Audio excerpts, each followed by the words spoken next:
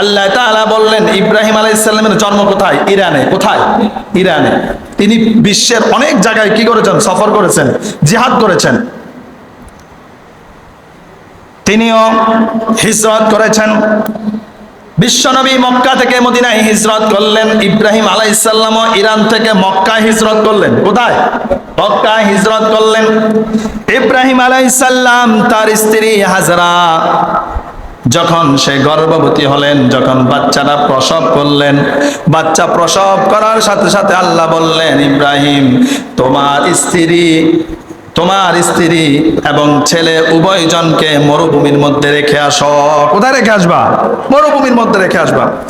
এই পাকে হলো ইব্রাহিম আলাইহিস সালাম যখন প্রথম স্ত্রীকে বিবাহ করলেন, আল্লাহ কোনো সন্তান দিচ্ছেন না। 1 বছর নয়, 2 বছর নয়, 86 বছর। কত বছর? 86 বছর পর্যন্ত তিনি কোনো সন্তান নাই, তার কোনো সন্তান নাই, নিঃসন্তান। আর সব সময় আল্লাহর প্রতি তার বিশ্বাস ছিল কি ছিল না? আল্লাহর প্রতি তার বিশ্বাস ছিল। এজন্য আল্লাহ তাআলা তাকে একটা দোয়া শিখিয়ে দিলেন, আর সব সময় তিনি এই দোয়া পড়তেন, রব্বি হাবলি মিনাস সলিহিন। আওয়াজ করে বলুন আল্লাহু আকবার। এইভাবে করে 86 বছর পর্যন্ত তিনি রব্বি হাবলি মিনাস সলিহিন, যার অর্থ হচ্ছে আল্লাহ আমাকে একজন নেককার পুত্র সন্তান দান করুন। আওয়াজ করে বলুন আল্লাহু আকবার। আল্লাহ বলে 86 বছর বয়সে আমি তার দোয়াটা কবুল করলাম।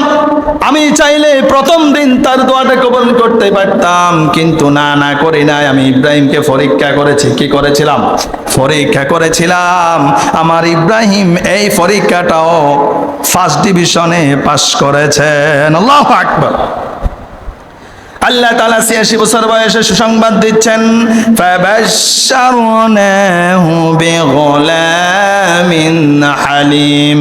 আল্লাহ বলে, আমার গোলাম ও আমার খলিল, আমি তোমাকে সুসংবাদ দিচ্ছি, তোমার সন্তান ইসমাইল আলাইহিস সালামকে দান করে দিলাম। আল্লাহু আকবার। কি করে দিলাম? দান করে দিলাম। সন্তান দেওয়ার মালিককে কথা বলেন, আওয়াজ করে বলুন, সন্তান দেওয়ার মালিককে? সন্তান না দেওয়ার মালিককে। এজন্য আল্লাহ কোরআনের অন্য জায়গায় বলছেন, ইয়াহাবু লিমান ইয়াশাউ ইনাসা ওয়া ইয়াহাবু লিমান ইয়াশাউ যুকুর। আল্লাহ বলে, বান্দা, কন্যা সন্তানও আমি আল্লাহ দিতে পারি। যাকে ইচ্ছা তাকে কন্যা সন্তান দিই, আবার যাকে ইচ্ছা তাকে পুত্র সন্তান দিই, আবার যাকে ইচ্ছা করি তাকে কন্যা সন্তান পুত্র সন্তান উভয়টাই দিই, আবার যাকে ইচ্ছা করি তাকে ছেলেও দেই না, মেয়েও দেই না। তার মানে সন্তান দিতে পারেন যিনি, সন্তান দেওয়ার মালিক একজন, তিনি কে? সন্তান না দেওয়ার মালিক একজন, তিনি কে? এজন্য সব সময় সন্তান চাইবেন কার কাছে? আল্লাহর কাছে সন্তান চাইতে হবে। কার কাছে? আল্লাহর কাছে সন্তান চাইতে হবে। ফেরা হাজিরিন, দ্বিতীয় নাম্বার, ইব্রাহিম আলাইহিস সালামের জীবনে দ্বিতীয় নাম্বার পরীক্ষা ছিল নিঃসন্তান। কোনো সন্তান ছিল না। 1 বছর 2 বছর নয়, 86 বছর। কত বছর? 86 বছর। তৃতীয় নাম্বার পরীক্ষা ছিল যখন ইসমাইলকে আল্লাহ তাআলা দান করলেন, ইসমাইল দুনিয়ার জমিনে আসলেন। তৃতীয় নাম্বার পরীক্ষা হলো 86 বছর বয়সে একটা সন্তান দিলেন। এই সন্তানটা কলিজার মধ্যে রাখার দরকার আছে না নাই? এই সন্তানটা কলিজার মধ্যে কে না রাখবে? প্রত্যেকে রাখবে। কিন্তু আল্লাহ তাআলা 86 বছর বয়সে সন্তান দিলেন, আবার সন্তানটা দুনিয়াতে আসতেই না আসতে তৃতীয় নাম্বার পরীক্ষার মধ্যে ফেলে দিলেন। আল্লাহ তাআলা বললেন, ও ইব্রাহিম, তুমি তোমার স্ত্রী এবং সন্তানকে মরুভূমির মধ্যে রেখে আসো। আল্লাহু আকবার। কোথায় রেখে আসো?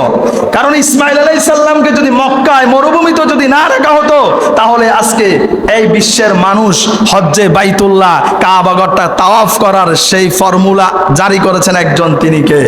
কথা বলেন, তিনি কে? আল্লাহ তাআলা জারি করলেন।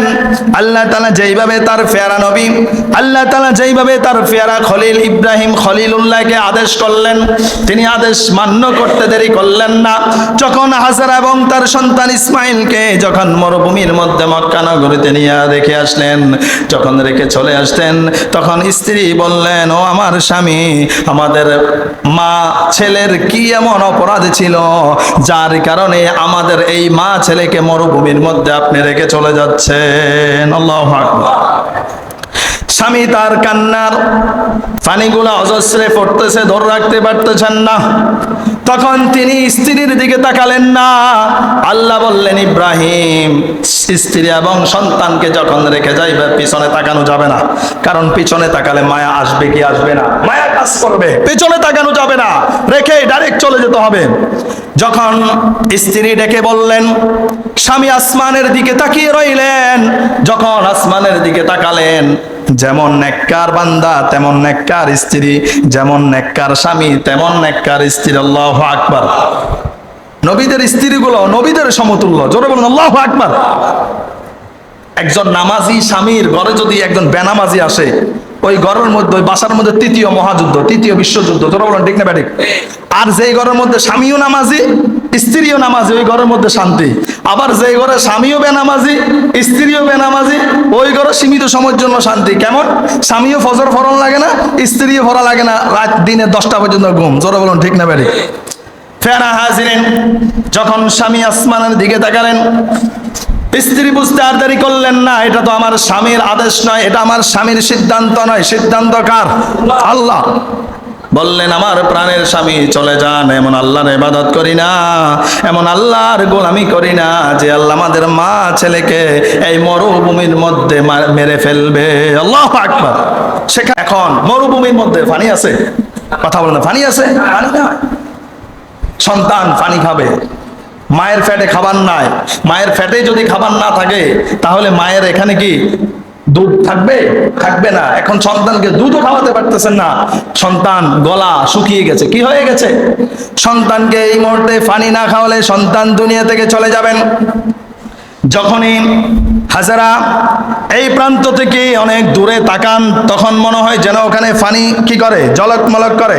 দেখবেন রোদের সময় আপনি একটা দূর থেকে বালুর দিকে যদি তাকান, দেখবেন মনে হয় যেন ওখানে পানি ঢেউ খেলতেছে।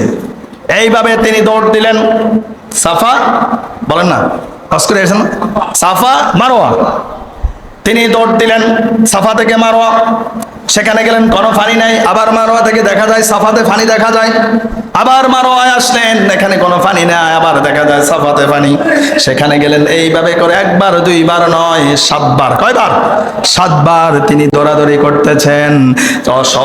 সর্বশেষ আল্লাহ তাআলা আল্লাহর বান্দির উপরে কি হয়ে গেলেন? খুশি হয়ে গেলেন। ইসমাইল আলাইহিস সালামের এই পায়ের খোঁচার সাথে সাথে জমিন থেকে আল্লাহ তাআলা জমজমের পানির ব্যবস্থা করে দিলেন। আল্লাহু আকবার। পানির ব্যবস্থা কি করে দিলেন?